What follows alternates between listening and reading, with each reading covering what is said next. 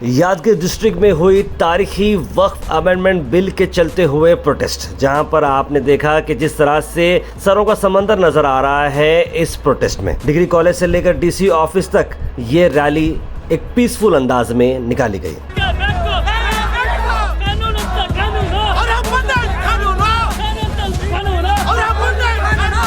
जहां पर सभी बिजनेस ओनर्स ने भी अपने शॉप्स को बंद करते हुए इस रैली को अपना सपोर्ट एक्सटेंड किया। Under the leadership of youth icon Mohammad Arif Kallur और सदाए मिल्लत कमेटी यादगीर की तरफ से इस इवेंट को ऑर्गेनाइज किया गया था, जो कि एक बड़ा मेगा सक्सेस माना जा रहा है। वक्फ अमेंडमेंट बिल एक काला कानून जिसके खिलाफ यादगीर में अब आवाज उठाई गई है, जहां पर अब्दुल गफ्फार वर्चिस, यूथ लीडर याकूब दर्जी, आरिफ सगरी, खमरुल इस्लाम, सिराज कणकोर, जहीर जागीरदार, अनवर हुसैन, बुरहानुद्दीन मुख्तार, मोहम्मद फैज दर्जी, करीम नलवारी, खाजा मोइनुद्दीन, परवेज पटेल, मोहम्मद मुशर्रफ, मोहम्मद सिराज मुकद्दम, मोहम्मद वली, अब्दुल करीम दादू और ऐसे कई सारे लीडर्स और कई सारे तंजीम के लोग, social, religious, political, non political organization के, बिजनेसमैन के लोग, डॉक्टर्स, एडवोकेट्स, सभी लोगों ने इस प्रोटेस्ट में शामिल होकर एक जयती का मैसेज दिया और इस काले कानून को जल्द से जल्द वापस लिया जाए, इस तरह की डिमांड की गई। मौके पे डीसी यादगीर भी वहां पर आए और मेमोरेंडम को एक्सेप्ट किया। आइए देखते हैं इस प्रोटेस्ट रैली के शॉर्ट हाइलाइट्स।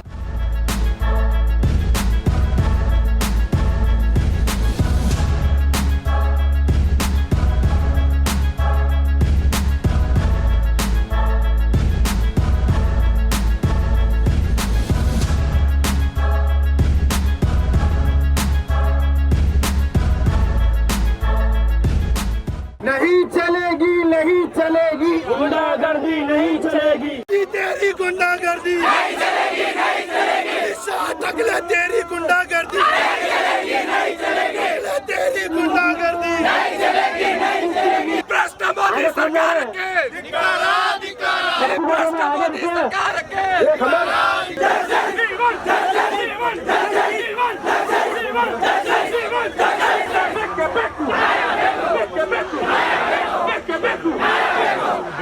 आज हमारे आरिफ भाई काडलूर साहब बहुत अच्छी बात करे हैं, हमारे को हिम्मत दिए हैं।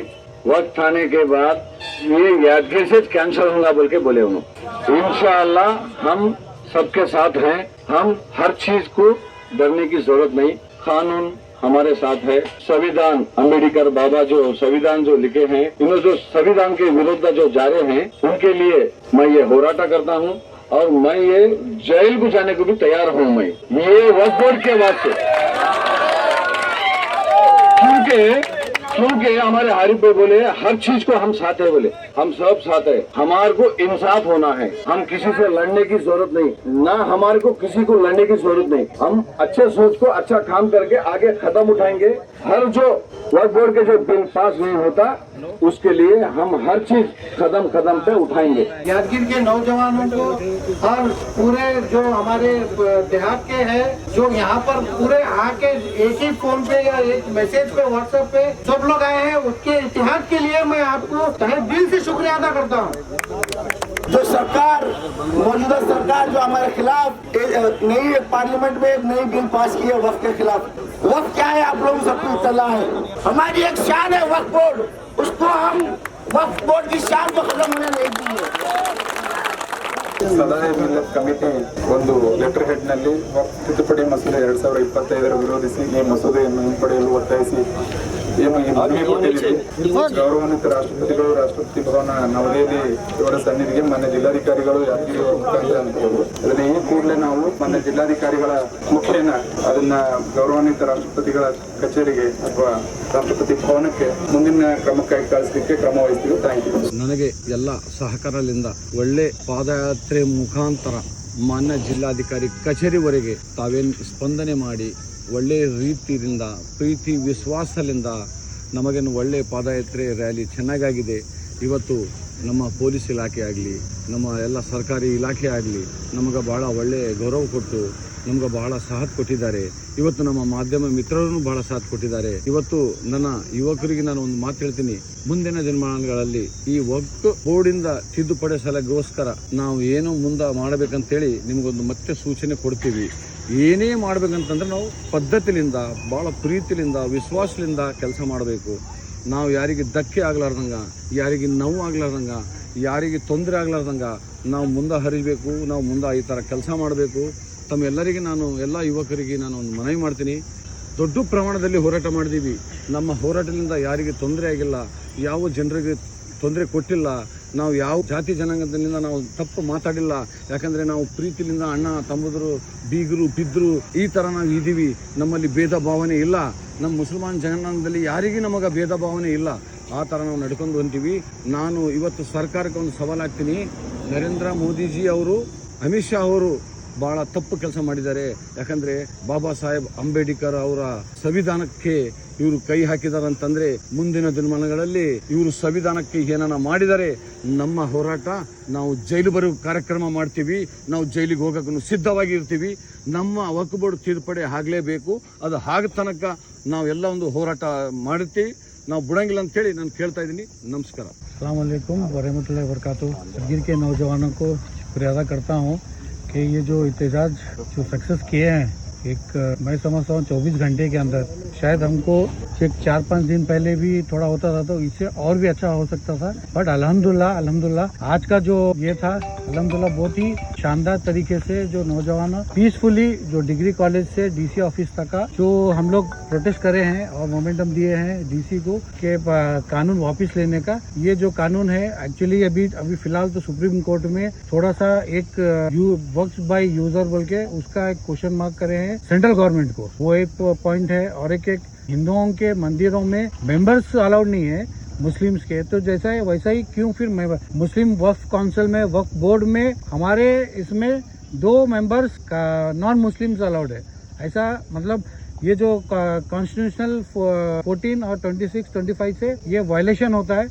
इसके तहत हम लोग आज डीसी को मोमेंटम दिए हैं। इंशाल्लाह ये एहतजाज अभी जारी रहेगा। हमको जस्टिस मिलता बल्कि यकीन है। इंशाल्लाह ये जस्टिस मिले तक हम एहतजाज जारी रखेंगे। यादगीर शहर के लिए एक बहुत ही अहम दिन है। आज इस वक्फ के एक्ट के थ्रू जो गुस्सा जाहिर करने का था हमको, यादगीर के तमाम नौजवान और सदाए मिल्लत कमेटी के जिम्मेदारान मिलके एक यादगीर के इतिहास की सबसे बड़ी रैली ऑर्गेनाइज की। और मैं यादगीर के तमाम अवाम का शुक्रिया अदा करता हूँ कि उन्होंने अपने कारोबारों को बंद किया, अपने दुकानों को बंद किया और अपना कीमती वक्त लगाकर इस रैली को पुरअमन तरीके से यहाँ पे कामयाब करने के। ಅಲ್ಪಸಂಖ್ಯಾತರಿಗೆ ಒಂದಿಲ್ಲ ಒಂದು ಕಿರುಕುಳ ಕೊಡ್ತಾನೆ ಬಂದಿದೆ ಇಲ್ಲಿವರೆಗೆ.